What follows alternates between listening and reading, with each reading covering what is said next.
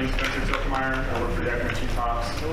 I'm a former brewer of about 9 years. I spent all my brewing career in Texas, and have since joined the Yakima Chief team, worked on the technical sales side, doing a lot of work with our R&D teams, and specifically focusing on brewing innovations, things that bring practical elements of research and development to brewers, basically. I'm very much still in that headspace. So a lot of what we're going to be talking about today specifically focuses on practical takeaways for brewers. So I'll be the first to admit that I'm not a chemist. What we're talking about today are things that should be very applicable to brewers on a daily basis within the brew when making decisions about the way to use hops. I'm joined by my colleague Ashley. I am Ashley Hayden. I'm also a former brewer, 5 years professionally in Missouri and Illinois. Then from there I went on to work for New Belgium in a quality training role where I traveled training all things beer. I saw the presentation we're about to give you in 2020, right when the pandemic hit, and it changed every recipe I would have ever written.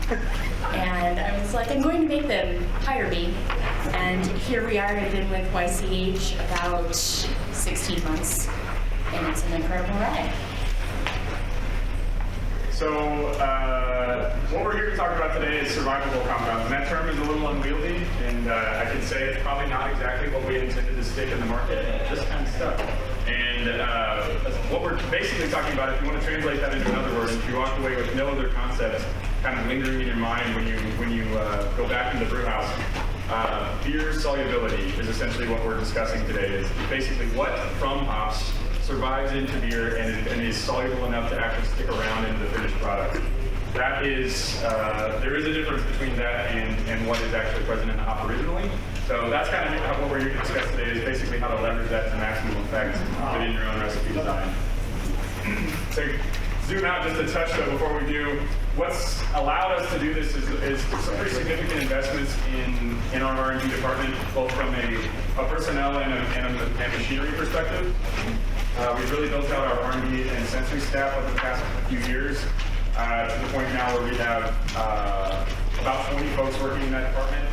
We also invested in some pretty significant equipment, and that's a lot of what enabled what we're going to talk about today, particularly a GC top and a GC SCD, which are basically kind of further refinements of the standard GC process that a lot of brewers use.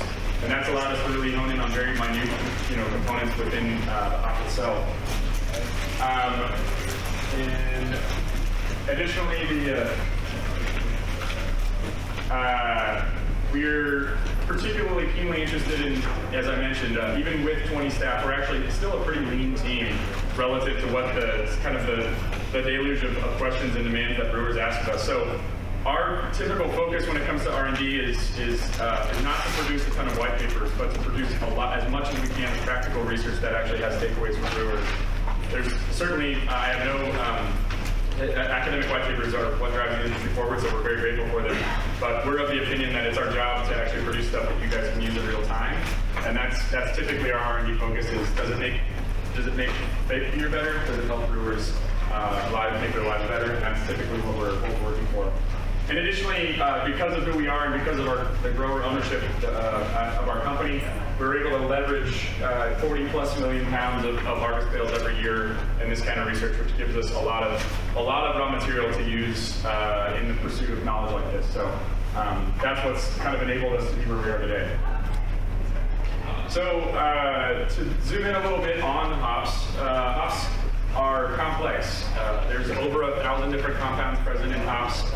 And the vast majority of these, I would say, are pretty poorly or only marginally well understood exactly what their functionality is in beer, particularly. Monoterpenes specifically make up the bulk of the oil fraction, the lupulin fraction of a hop, and sesquiterpenes making up another huge chunk. Those, as we'll discuss in a moment, have long kind of dominated the certificate of analysis, right? Typically, all of you, when you're buying hops, are going to see myrcene, humulene, farnesene, and things like that. Those things are probably not as functional in beer as we would like to think, and probably not really that much worth paying attention to. And I'll get into why that is in a moment, but the long-term goal of research like this is that we're sort of morphing the way that we measure hop quality and the way that we're building certificate of analyses so that they actually are more practical as brewer tools than they are today, and that's kind of the longer term goal. So we're going to be honing in on a few specific groups of compounds that have higher functionality in beer and what those actually do in beer. So as I mentioned, terpenes, that's a commonly thrown around word in the brewing industry. Specifically, when we're talking about terpenes here, we mean monoterpenes and sesquiterpenes, which is that group of ones that I just mentioned. Generally speaking, the majority of them are myrcene is the biggest, farnesene, beta-caryophyllene, humulene. And those, we have an R&D manager named Pat Jensen. I hope all of you get to meet him someday. He's very cerebral, but also has got a little spring in his step these days after doing a lot of this research, and he really kind of fancies himself a budding comedian. So he's really been coming up with a lot of these one-liners surrounding hop usage and hop compounds. So what you need to know about terpenes, if you remember nothing else, is if it ends in "ene," it won't make the scene, right? So there's your one-liner for, because typically speaking, terpenes are very volatile. They don't tend to be very soluble. They very rarely show up in finished beer analysis. And essentially, for that reason, there's not a lot of reason in our minds to consider them a major feature of finished beer aroma and something that we want to pay a ton of attention to. Additionally, they're not tremendously pleasant smelling or tasting either. They tend to be very woody, grassy, kind of a carrot-like quality to them. So in most situations, we actually don't really want them to stick around in here. They're actually benefited by being able to gas off. Like I said, the group that we're talking about there is listed of the monoterpenes that we're talking about in sesquiterpenes.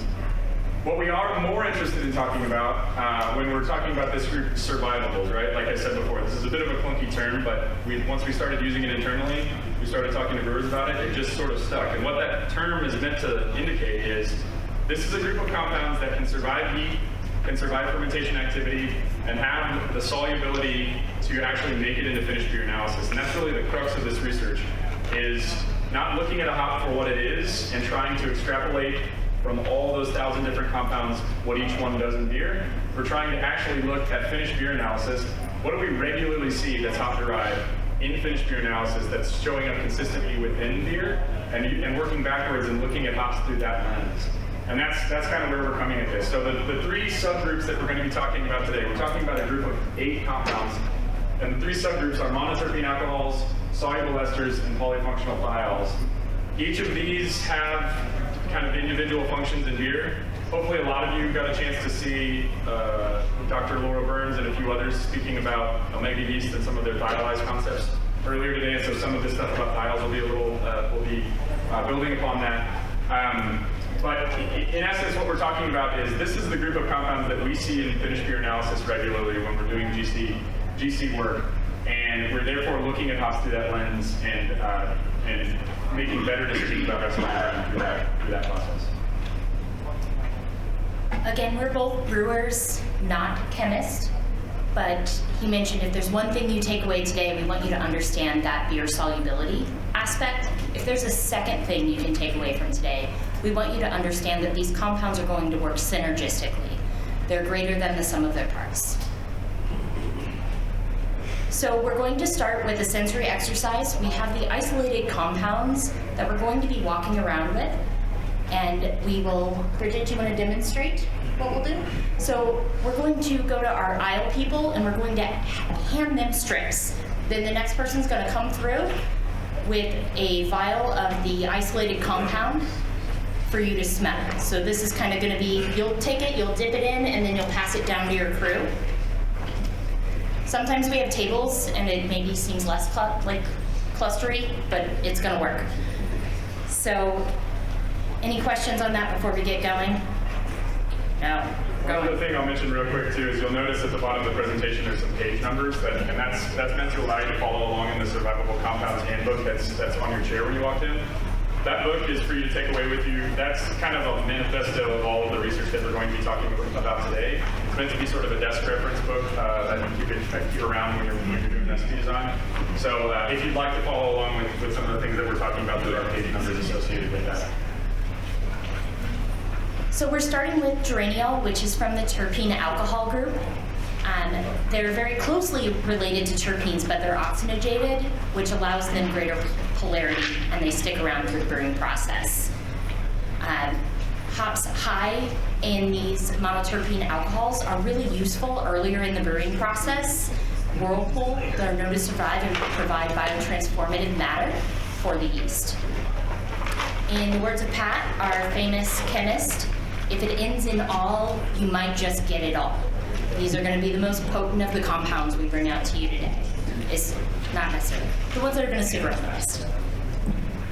So the first is geraniol. Most of you have this in front of you already, but geraniol is going to be from the rose oil group. So you're going to get notes of like geranium and rose. And this again is thought to be from turquoise studies, part of the biotransformation material that can be converted into beta-citronellol. Geraniol is also used in many perfumes, so this is probably a common scent to you. It's also used in bug spray, and I feel like now that I know that, I can only smell bug spray. Sorry. You guys too? Thank you for that. Sorry. But it's known to be floral, almost fruity at times. Sorry, back row. You guys are going to be smelling after we talk about it. Does anybody get anything else besides bug spray? Any specific descriptors of rose?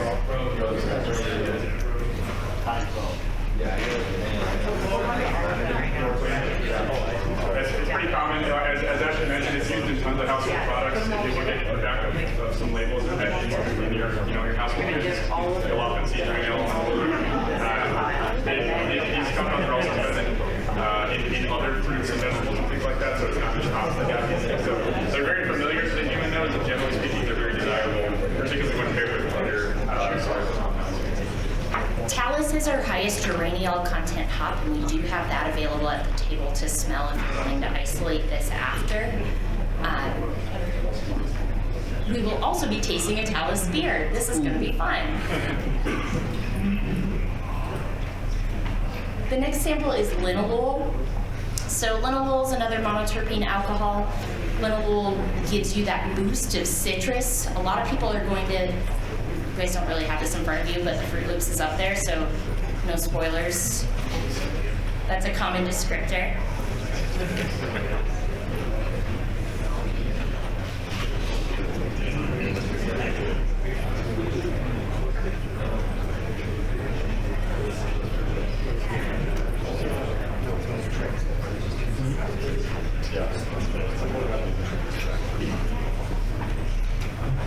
Linalool was actually the first compound identified in hops that was translating to beer, and that was identified in the 1970s.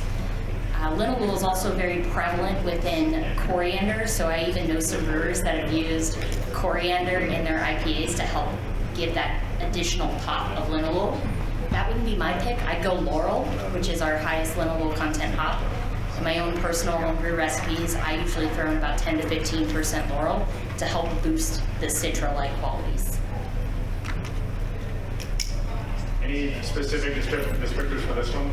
I mean, obviously, it's one of the we call out.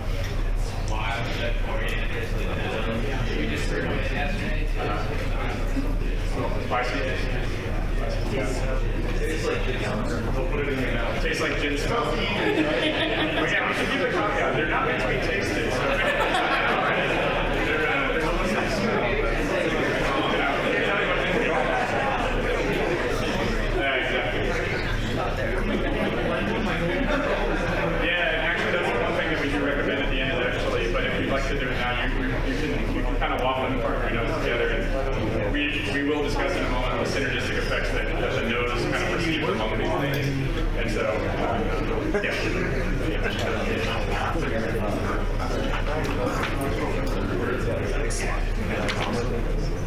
So geraniol and linalool work very well in conjunction together. So as you're looking, eventually we're going to put up a chart that shows how the varieties break down with these compounds. Hops that are high in both of these will show up really well, great whirlpool additions. We're going to move on now to esters and ketones. We talk a lot about yeast-derived esters, and today we're going to focus on the hop-derived esters. They are that third most abundant group within survivable compounds and essential oil compounds. They're short chain esters, which allows them to survive. And in the words of Pat Jensen, if it ends in 8, it probably tastes great.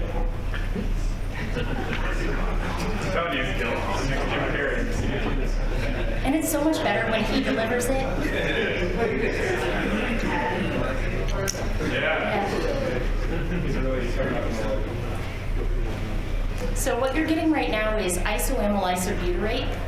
The first compound on this slide, they actually don't even make a reference standard for. And that is 2-methyl isobutyrate. And that's where we're getting a lot of our stone fruit characteristics coming through. Again, it's a hop-derived ester. Then isoamyl isobutyrate is what they're passing around right now. It's known to give off tropical flavors. Some say pineapple, but I really tend to get more banana off this. It is in the same family group as isoamyl acetate, which most of you are familiar with. With isoamyl isobutyrate, I think there is that extra something with it that leans a little bit more toward those sweet aromatic qualities. I often call it like an elevated circus peanut, just a little bit classier. Esters are particularly important, I would say, in the modern class of hops that we've really started developing over the past few years. HBC 586, for example, some of you probably heard of it already. That's a hop that's in kind of the elite stages of our breeding program. It's really an ester-dominant hop, and for those that have used it or had beers with it, you'll probably notice it has this very luscious, very fruit-forward, not a super sharp-tasting hop. And I would say, in general, the monoterpene alcohols tend to present themselves as punchier and brighter and more sharp, whereas the esters tend to present themselves as these sort of like wider, more ethereal, more luscious and fruity characteristics. So 586 is not on the chart yet. It will be on this year's chart, but you'll notice when you see it that it's very poor actually in linalool and geranium, but very high in the ester group, and that's one of the reasons that it presents in that kind of lovely tropical way that it does. So the next one we're going to talk about is methyl geraniate. Methyl geraniate is proof that not everything that survives smells perfect. So I think that's a good intro into what you're going to get. It does, if we're talking about geraniol, we often talk about the geranium flower. To me, with methyl geraniate, I'm often referring more to the plant side. You get a little bit more earthiness. There is some floral component to it, but it's not nearly as floral as geraniol. I've also heard descriptors of potting soil on this one. So I'll be interested to see what you guys call out, because this one's a little more nebulous in a specific descriptor. When we get to the chart, you'll notice that Centennial is very high on the graph. And within that, one of its largest compounds is methyl geraniate.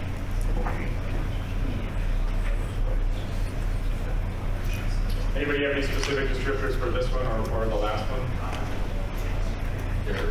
Dirt. Yeah.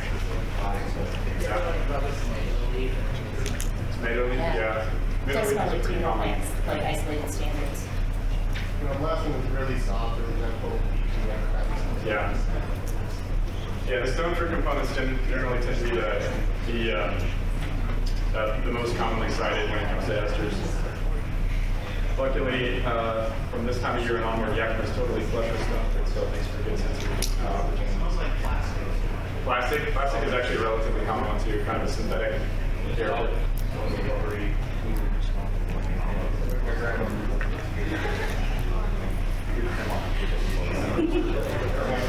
Grandma must be hanging out. So the next one we're going to cover is our lone ketone in the group. It's called 2-nonanone, and it's actually the one I'm most intrigued by. Pat is less intrigued by it, our famous chemist. What I think is so cool about this is, from a sensory aspect, people perceive it at different thresholds, and within those thresholds you get totally different aroma profiles. So the lower levels that you perceive, you're going to get a fruitiness, kind of a vague light fruit aroma. And the higher it goes, it may present waxy or candle-like. I often describe this to people as the clear gummy bear, because it's supposed to be pineapple, but we all know it doesn't taste like pineapple at all.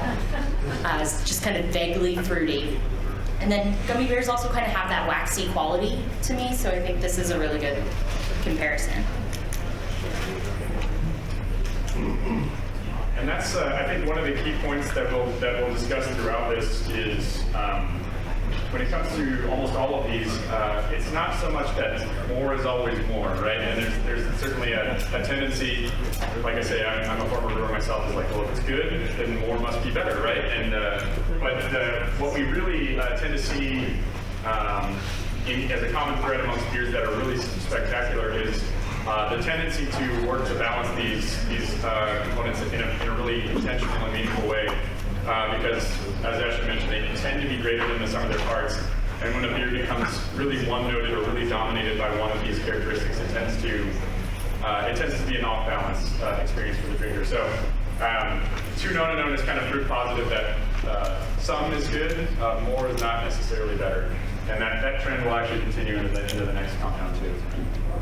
If you're wondering what hops are high in this, so you can kind of correlate that in your brain, Idaho 7, Mosaic, and Cashmere tend to be the highest in 2 no-no-no.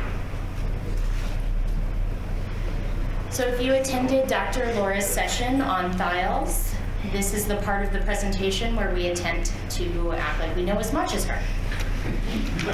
But there's been a lot of talk about sulfur containing compounds for several years now, but much more since the presence of GMO yeast being put out there to help us get more tropical flavors in our beers. So we often call this the polyfunctional thiol group. And the one we're going to be talking about today is 3-inch. The really cool thing about thiols is that they are perceptible to the human nose at the lowest levels. The human nose can pick it up in parts per trillion, which to me is just amazing. They can actually pick it up before that of a GC. We are more refined than the machines on this. As our sensory scientist Tessa usually says, that this is a win for humanity, that we can finally have victory over machines. So, yeah, we can beat the robots just this once.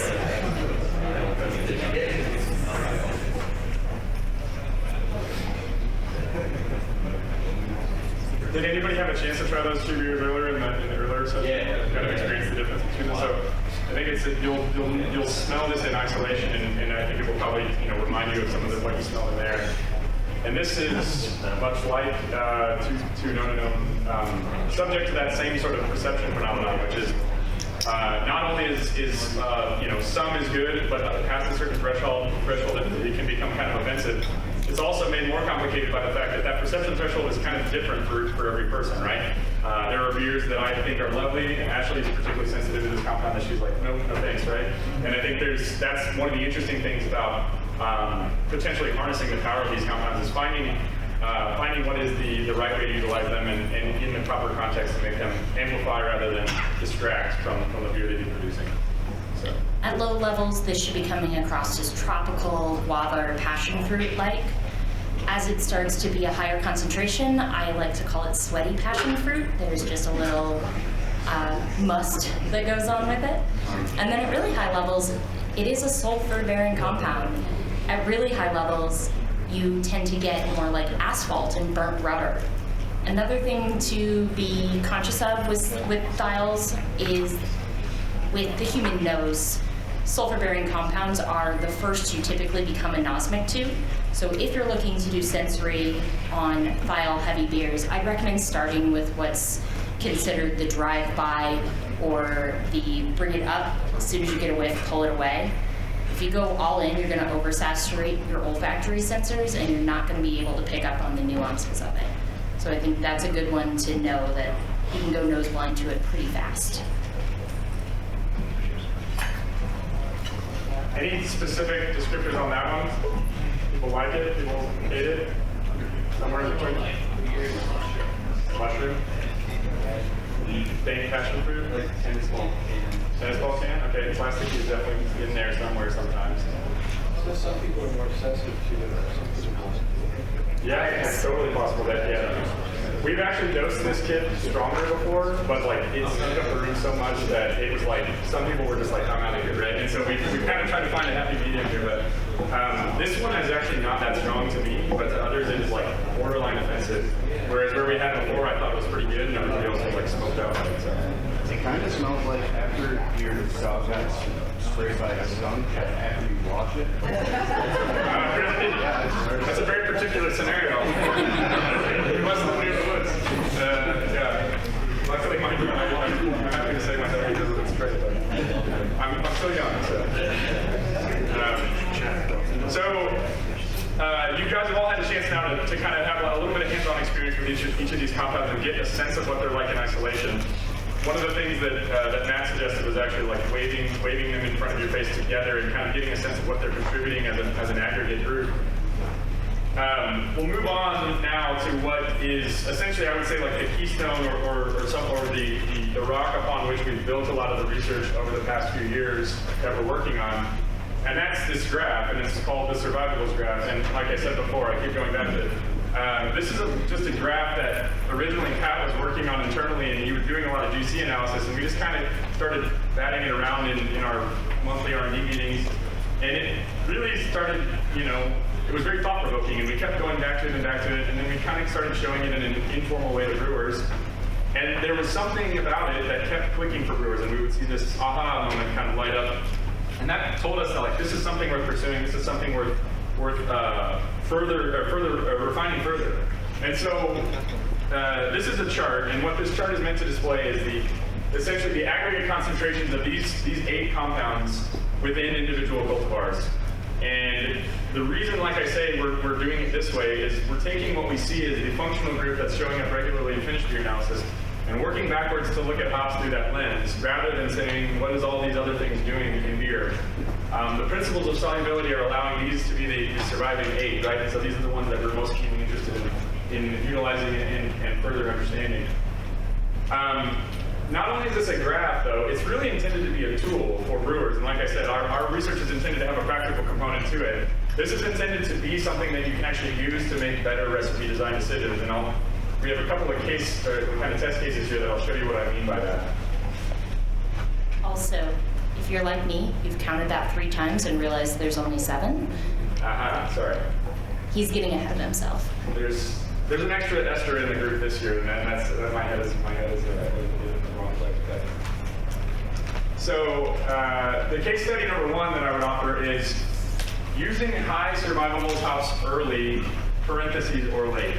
And I'll explain what I mean why the or late is in parentheses. But as an example, because IO7 is much more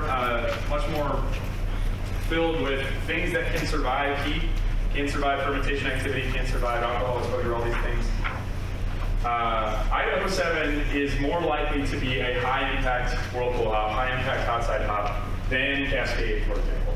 Doesn't mean Cascade's a bad hop. This is not a good-bad graph. It's just a graph that's meant to help us better understand where a hop can make its maximum impact. That being said, there are some caveats to that. Based on some of the research that Omega is doing, based on some of the research that's going on related to the unlocking of sort of thiol precursors and things like that, there are cases where Cascade being used early actually could make a lot of sense. That would be where you're using some sort of yeast that has the possibility of cleaving those molecules and actually utilizing it. What we're discussing right now when we're discussing this graph is free components, right? Things that are not bound in the hop themselves, they're ready to be dissolved in beer. But based on that knowledge, what we can say is that IO7 is more likely to be a high impact whirlpool hop than Cascade, and that's quite simply just because it has more stuff that can survive in a whirlpool situation. And the reason I put or late on there is that doesn't mean that IO7 doesn't make a good late hop too. It just means that it makes probably a better early hop than something like Cascade or Zacca would be. Which chemicals would be better hot side survival? Particularly linalool and geraniol. Those are the ones that we see as probably the ones to focus on most particularly within the hot side. All of these do to an extent, but those ones are the most durable. The precursors, from my understanding of 3MH, are quite durable, but like I say, this is something where Omega could probably speak on a more educated basis. Once they are converted into a free format, they tend to be less durable. They tend to be a little more volatile. think another point to mention here is, to me, what I saw when I saw this chart was thinking about the economics of hop usage. It's not that you can't use Cascade in the whirlpool, it's that it's going to be a more effective use of your hop cost to use it as a post-fermentation dry hop. So the kind of flip side of this would be to use low survivable hops late, and this is really leading into Ashley's point here, which is it's not that we're saying don't use Cascade, we're saying use it in the spot in your beer where Cascade can make its highest impact and get you the best bang for your buck. So cashmere, for example, cashmere is actually a really lovely hop and actually a really odd hop. If you look at it, the spread of components that it has in a small package is actually really unique. And I will say aromatically, it's one of the weirdest hops that we actually grow. It's really lovely, actually. However, it's not just like stacked full of a ton of stuff, right? As a result, I would tend to recommend that cashmere be used later in the process, either in like a late active fermentation dry hop or in a post fermentation dry hop, to try to get the most from that cashmere. The third example that I would offer is blending hops to maximize beneficial concentrations. And this is kind of what we were touching upon earlier, where we're trying to essentially maximize the synergies between these components and balance them between one another, rather than become really dominated by one component and making it a kind of an off-balance beer. So the example that I would offer here is Laurel and Talus. Because Laurel is so high in linalool, the highest that we grow, and Talus is so high in Geranium, the highest that we grow, are likely to be a more dynamic combination in beer than are Laurel and Crystal, because Laurel and Crystal are both very linalool dominant. And what you would end up with is not to say that it would make a bad beer to use Laurel and Crystal, it just means it would probably be really skewed to one side, and it would probably not have a ton of balance and a ton of depth to it. So in light of that, I would recommend using Laurel and Talus together to create a more dynamic blend and to amplify the two together.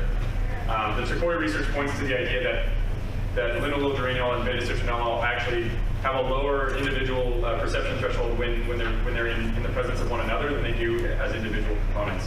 So using them together, and this goes for all the compounds. Generally speaking, when a beer is really balanced and has a good spread of these components, it's going to present as having more depth and more dynamic range of flavor. The fourth and last sort of use case that I would offer is loading wort streams with survivables early. And this is once again touching on some of the stuff that the polyfunctional discussion was having, that was being had by Omega earlier, was pointing to. There is a lot of value in loading up your wort stream with sort of the raw materials for biotransformation, right? That's the whole concept behind precursors and things like that. Is we're being very intentional about putting things into the hot side, late hot side edition, or chilled whirlpool editions, or if you like, some people are knocking out on the hops in the fermenter, or like dip hopping methods, all these things that people are doing. Being intentional about varietal selection in that case would really help you maximize the value of that. It would not be super advantageous to you, in my opinion, to use something like Azacca really early in the process, because you're just not providing a ton of raw materials for your yeast to act upon. So the concept of biotransformation is obviously the metabolism of certain compounds by yeast, converting them into others, ideally things that are either more present or more pleasant than what were there before. So loading hops into the whirlpool like Centennial, Cryopop, Ido 7, Simcoe, Sabro, things that are very well balanced and provide a large amount of raw material for the yeast to act upon, is a better way to probably whirlpool hop and use those situations rather than hops that are lower on the graph. So. Before we go into the next slide, I think we should preface it a little with where this research then led us to. Yeah, so there's obviously this is kind of the tip of the iceberg, and there's many different directions you could go with something like this. And so since this original research was done, we've advanced quite a bit. We've had another harvest cycle. We've actually refined the method a little bit, so we'll be releasing a new graph in a couple of months here that has year-over-year averages, actually, where we're starting to get more harvest year averages built in. But what we really started to do with this research is start to hone in upon what we believe are things that brewers are keenly interested in, specifically certain profiles. We get a lot of requests from brewers for specific profiles. They'll say, like, I'm really looking to maximize mango in my beer, right? Mango's pretty ethereal. It's actually kind of hard to hit, right? So one of the benefits of this research is being able to sort of take a component, sort of a hop that's high in this component, a hop that's high in this component, and begin to target specific profiles via that method. We've also, we get all kinds of requests for berry and pineapple and other things like that. So what that's led us to is really working on a group of trial blends that are intended to essentially do what I just said, which is Frankenstein together the best parts of certain hops to allow for a profile to express itself. We're actually going to be trying a beer that has one of those blends in it right now, and I'll give the caveat, I think it's an excellent beer. It's still in the trial space. This is one that we're working on right now to try to hone in on a specific profile. And we've had some good successes and some ones where we made good beer, but not necessarily hitting the target profile. And that's where this is going for us. And I would say the number one fruit of that, though, is cryopop, and we will discuss cryopop in more detail in just a second. So essentially, when all the varietals were figured out and this chart came to be, the natural instinct from our culture of innovation is, how do we beat it? Well, that's how cryopop came to be. From there, we started to hand select from our 40 million pounds of hops that we take each year, lots that had the highest contents of these survivable compounds, and then blend them back to create this first blend in the trial series, and that's cryopop. So you guys all have samples of cryopop. We have scissors if you want to smell them now. I do recommend that you guys have smelled these. I think it's a good idea to also smell the cryopop. The scissors are in the back of the box right there. You guys can do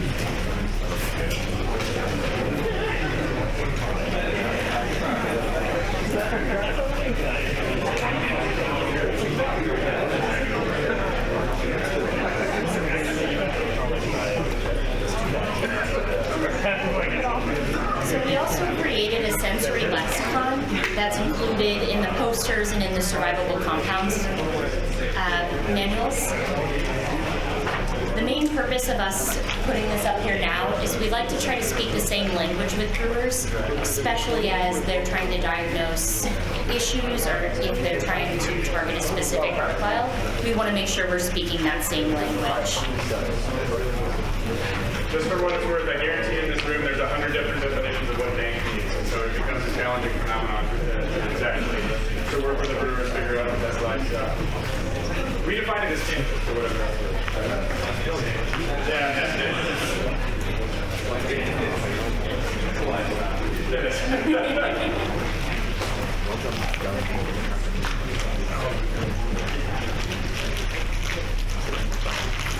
So with this blend, it is supercharged to give you tons of those beer-soluble hop compounds. So it should be a smack in the face. But one of the things I like most about this is, and if you come to the happy hour tonight, there's a couple cryopop specific beers that will be available as well. But the translation between raw hop aroma and finished beer is there. You get tons of stone fruit and pineapple. It's a really easy correlation in your brain from smelling this to tasting finished beer. No, it's a blend. So it's a blend of different cultivars that, like Natasha said, is intending to provide the maximum sort of aggregation of those compounds within a very balanced, it's not dominated by one or the other. And that's one of the things, too, that Ashley just touched upon that we haven't really mentioned as far as this research really, in my mind, is intended to solve that age-old question of, this hop smells really amazing when it's in my hand, but I'm not really sure why I can't get out of it what I'm smelling here, right? That's one of the most age-old brewer frustrations that we encountered every year at Harvest, right? And this is bringing us one step closer to being able to answer that question of, what do we need to pay attention to make sure that what you're smelling here actually does present in the beer? So with that, we see cryopop as having two main use cases. One is conventional usage. While it's a blend, you can treat this like a single hop in a lot of ways, or you can use it as a mix. But it's a really user-friendly solution for brewers, especially in some of our more emerging markets across the world. This is a go-to friendly hop that they can use in a beer and get a juicy, hazy IPA. Then there's a more strategic usage, like we were showing you with the chart. You can use cryopop to help boost other compounds and hops that you're hoping to achieve in a finished beer result. I love when I get to visit a brewer that actually has the poster up in their brewery wall, and they use it when consulting recipes to try to drive their finished result. So there's a beer being passed around right now, And we are lucky enough to have some of the Paradox team here to give us more info on this. But this is here with one of the trial blends and with Talus. Do any of you want to come up and talk about it?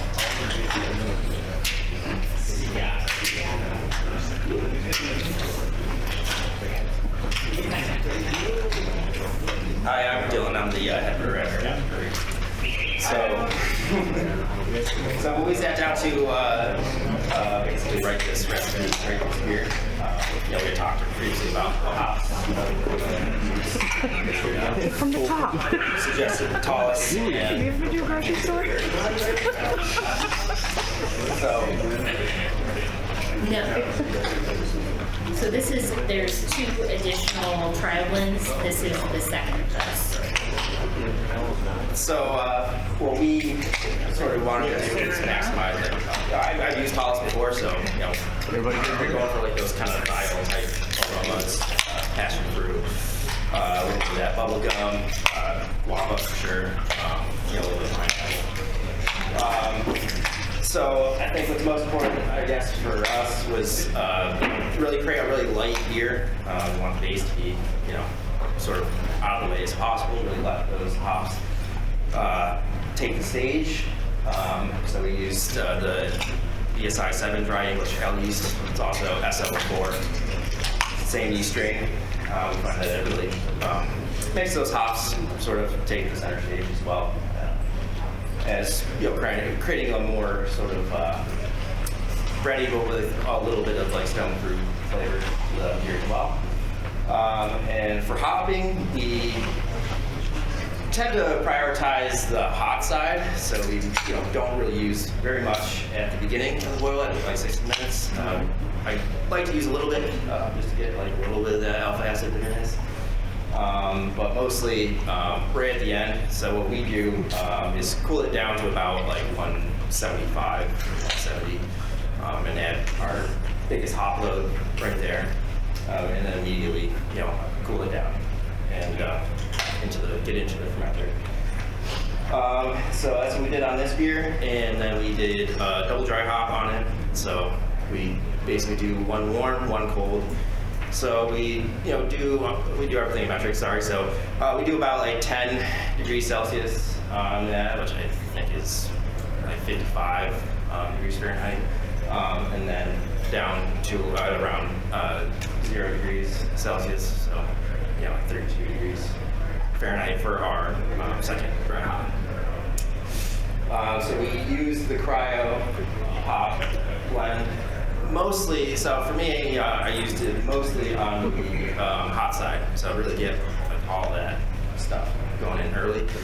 I find that like cooling it down first and then sending it through there. The compounds, I prefer getting it that way than to do like a dry hop during fermentation. We get all the biotransformation we want that way, but also just I think better yeast health and flavor going that route. So huge passion fruit coming off. Basically, it was the biggest thing that popped out to me there, but big grapefruit as well. So really big, strong base coming from the hot side there. And then we just use the dry hop to sort of balance it out with a little bit of the extra stuff that you don't normally get from the hot side. So mostly the Talus on the hot side, or on the cold side for that, the dry hop. We did an addition of the cryo pop as well, to sort of just reinforce some of those flavors.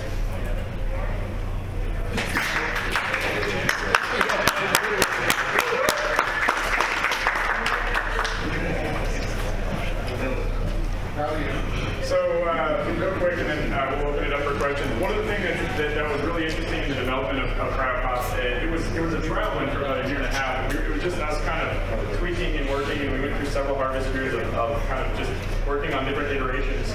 And once we landed on something that we felt was really compelling, we did a number of trials on it, and one of the things that that's really become apparent to us is the value of some active fermentation dry hopping and the value of live yeast to be present during dry hopping.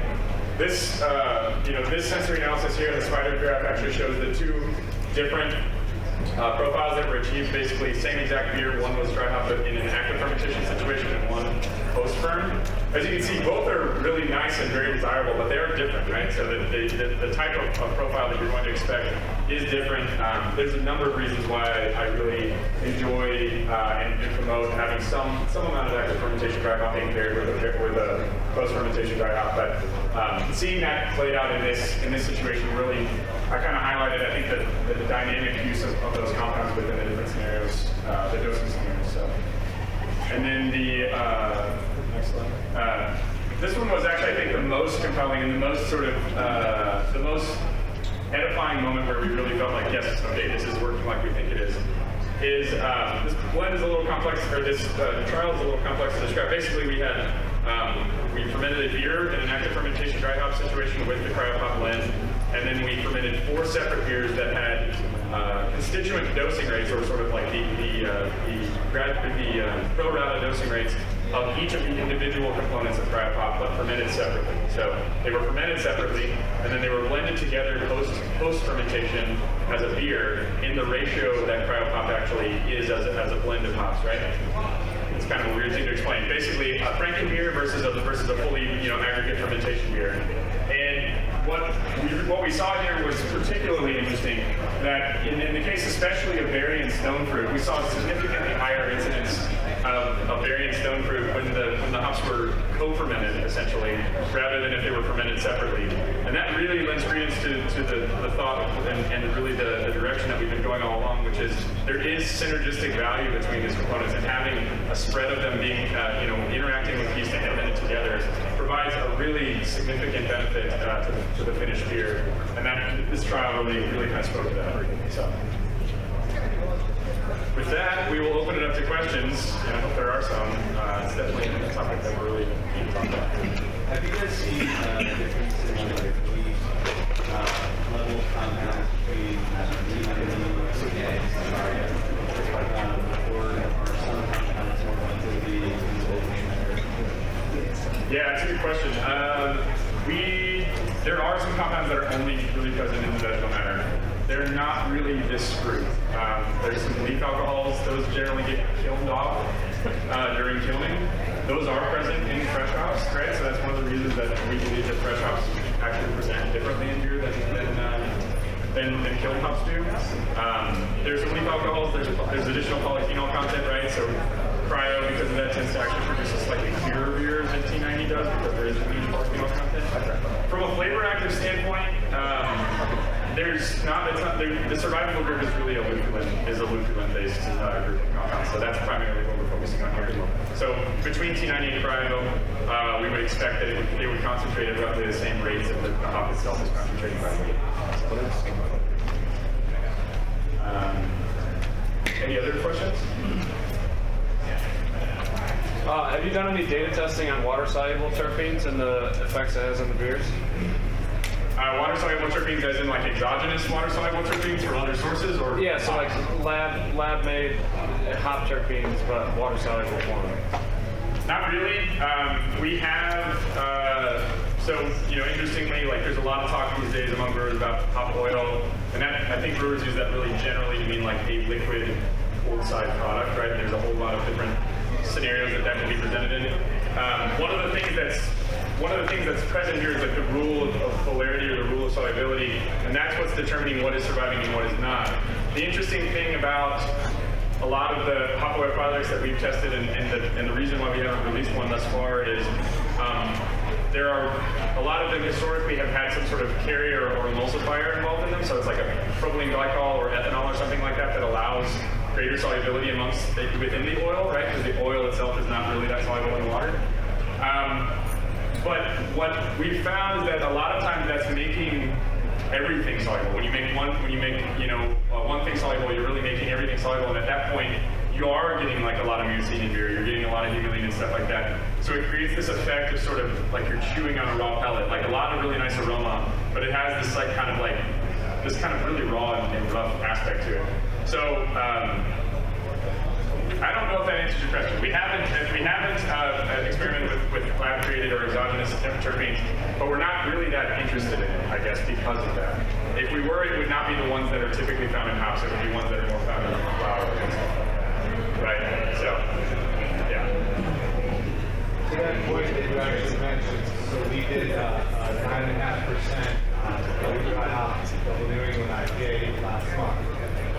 added right before canning, about 2 days before, did it with Synchro hot terpenes, closed house in Colorado. Nice product, totally nice, but exactly what you said. That beer in the can, too green. Like, that needed a good 3 weeks. It's hitting great drinkability right now. 3 weeks later. Yeah. So that's something to bake into your calculations and your canning runs and packaging and doing a beer with hot terpenes if you want to go that route. And I think it's great now, but we released it 3 weeks early on market. And, you know, I was a little bit disappointed, but now I can't get enough of it. So, lessons learned, you know. Timing helps a lot. Yeah, absolutely. And I would really encourage, like, we will be in that space someday, just like everybody will be, having some sort of liquid product. I would just, it's kind of a Wild West space right now. I would just encourage you to really ask whoever you're buying it from, like, what is it specifically? Is it already emulsified? Does it have, like, a carrier with it? Because that will change how it presents in beers. And something with a carrier typically is not going to be as subject to the same rules of solubility as a hop, right? For certain things, we actually, in my opinion, we want certain things to gas off out of hops, right? That's actually what allows the good things to really sort of carry through. And that's one of the reasons why active fermentation is actually really beneficial. Is it amplifies good things and diminishes bad things. I think there was a good question.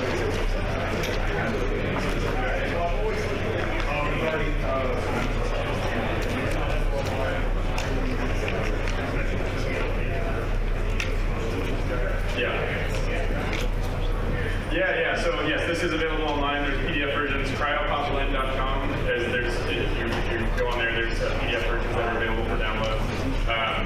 And yes, we will be releasing an updated draft with an updated booklet in a couple months here. It's one of the risks with publishing research is that you're constantly updating yourself, really. But that's sort of the pursuit of knowledge that we're on.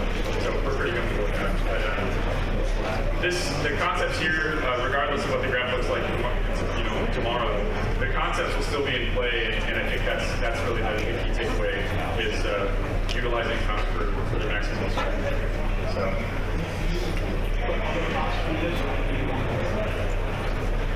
If you can get me other hops from elsewhere, then I'll put them through this. But no, we use what we go. We actually have some standards for what we will put on the graph, and it has to be a certain amount of lots. Like we won't list. We grow stuff that we only get one lot. We don't list it on here because it's just not a reliable enough sample. So we generally tend to be 3 lots or more, a certain amount of pounds. We want to have a pretty good swath of data before we're really going to post it up there. So. How much do they vary? I would imagine quite a bit from farm or. Yeah, there's definitely some variance for sure. I mean, you can see that, like, we don't, at this point, though I hope we will in the future publish the full survival data on the C of A, but we do have linalool and Geranium on there right now. And you can see just on regular C of A's that there is some significant variance. That being said, within a cultivar, it should fall within a certain range, right? Like, Talus should always be high compared to other varieties. But even within Talus, there are certain lots that are really juiced up and some that are less. And that does vary, and a lot of that is just everything else with growing practice, region, terroir, farming practice, and handling, stuff like that. So. But that is in our future. Like Spencer said, we are working to get the equipment necessary to make sure that we can eventually put out C of A's that have all of this on there for you, so you can make those decisions real time as you design recipes.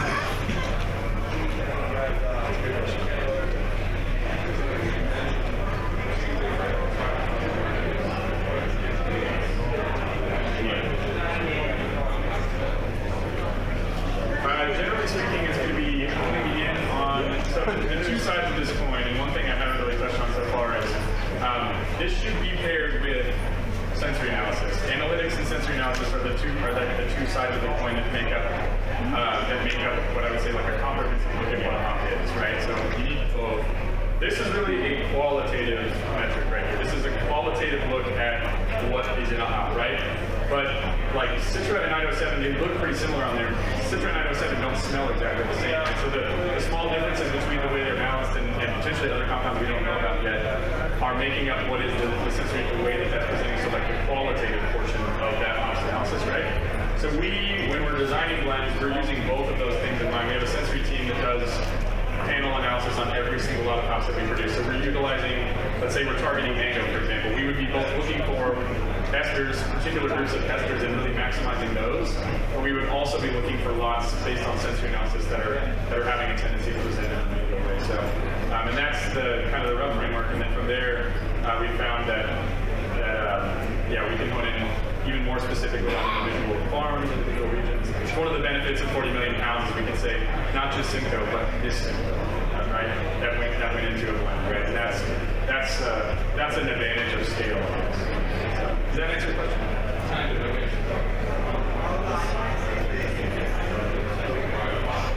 Oh, yes. Yes, we intend to be for it to eventually be a family of blends, and we view it as something that's like tools in your toolbox, right? We're not intending to replace the brewer's art, which is tools of the trade. You'll have more available to you and you have more stuff at your fingertips that tells you where that could ideally make its highest impact. So, yeah. I think it is not much in the way of as far as like adding certain survivals, really kind of adding those same survivals again later, whether it's a maximum solubility or just I really like the charts you use, but I've often wondered, it's like, it's one chart and you can see very different results from the other. Yeah. I just didn't know that was something. Yeah, I think if we had the time, we would probably do more iterations and stuff like that. I mean, you saw in that one chart the difference in the sensory profile of something that was just added with basically 6 Plato going fermentation versus something that was essentially fully fermented, right? Pretty significantly different. And definitely not everything survives at the same rate. And in terms of like total solubility thresholds or maximums, like where something is fully saturated, I wouldn't say that we have knowledge at this point of like where specifically geranium, for example, maxes out. If any of you saw the presentation earlier about Cascade, as you see, like some of those can get really, really high. I mean, like the 3SH in that beer that was presenting was very, very high. So my hunch is that there's not a ton that's limiting us on the amount that we can get in there. It's really, well, how well can we retain it? How gently can we treat those compounds and get them in there in the right spots where they have to. So I think that's where we have a lot to do. We do also have a pilot brewery and a full R&D brewing team that's working on trying to solve these and other problems daily. So I would say continue to look for research from us and updates to this, because that is something our team's actively working on. We got time for one more.